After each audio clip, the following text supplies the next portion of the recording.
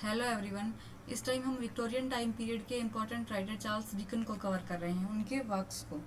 आज हम बात करेंगे डोम्बे एंड सन। ये एक कंपनी का नाम है वैसे तो डोम्बे एंड सन इनके वर्क का नाम है। आज हम इसकी समरी करेंगे।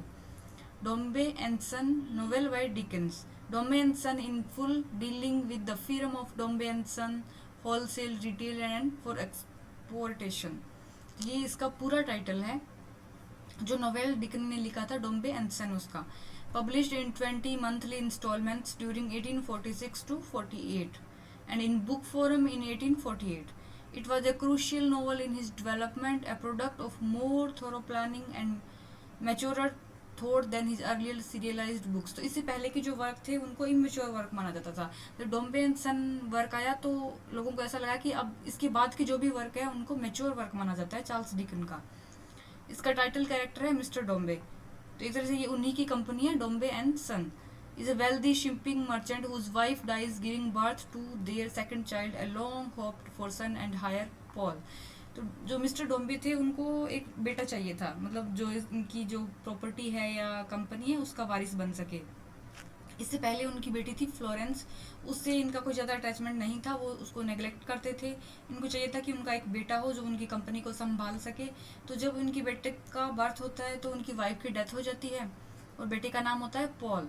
तो पॉल की भी हेल्थ काफ़ी ख़राब रहती है और कुछ टाइम बाद जब वो 6 ईयर का होता है तो उसकी भी डेथ हो जाती है।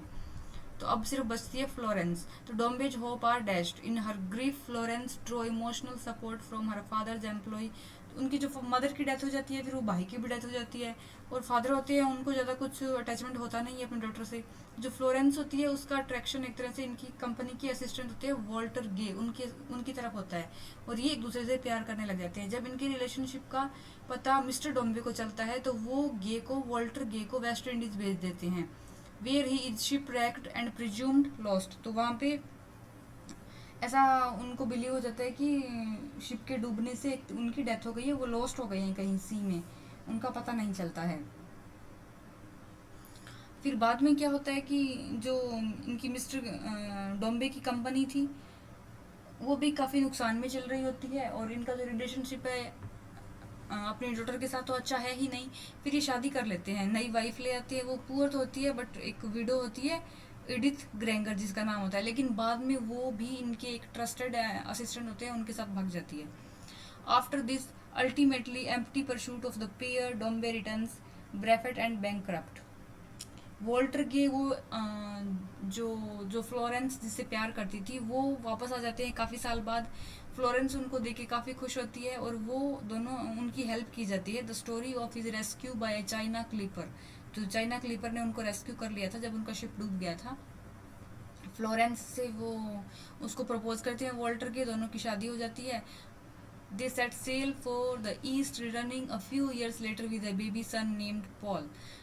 तो ये काफ़ी साल बाद लौट कर आते हैं और इनका एक बेटा होता है जिसका नाम रखते हैं ये पॉल। और ये मिस्टर डॉम्बी से मिलते हैं, देखते हैं कि वो काफ़ी परेशान है, एक तरह से सुसाइड करने की सोच रहे हैं, काफ़ी परेशान हो गए क्योंकि लाइफ में बहुत अकेला हो गया। डोम्बी एंड सन जो कंपनी है वो goes bankrupt due to the criminal activities of Mr Carker, जो इनका मैनेजर था उस कंपनी का। Mr Dombey sells everything is in his home and dismisses all his servant.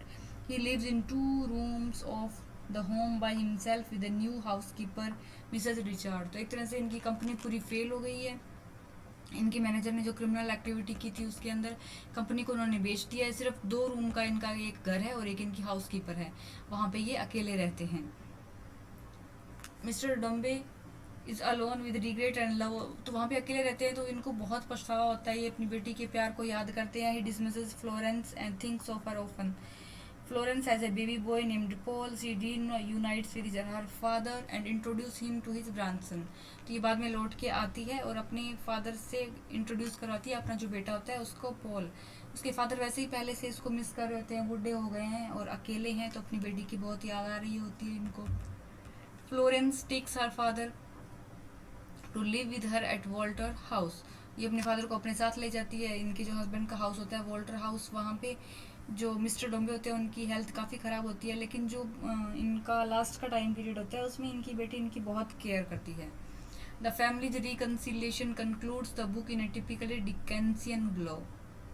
यही स्टोरी है डोम्बी एंड सन की, कि इसमें फीमेल, उस टाइम जो फीमेल थी, जो बेटियां थी, उनको कम इम्पोर्टेंस दी जाती थी, मेल को ज़्यादा दी जाती थी। लेकिन अच्छा ही दिखाया गया है इसमें कि लास्ट में जो उनकी डॉटर होती है वो ही उनकी केयर करती है। यही स्टोरी है डोम्बे एंड सन की।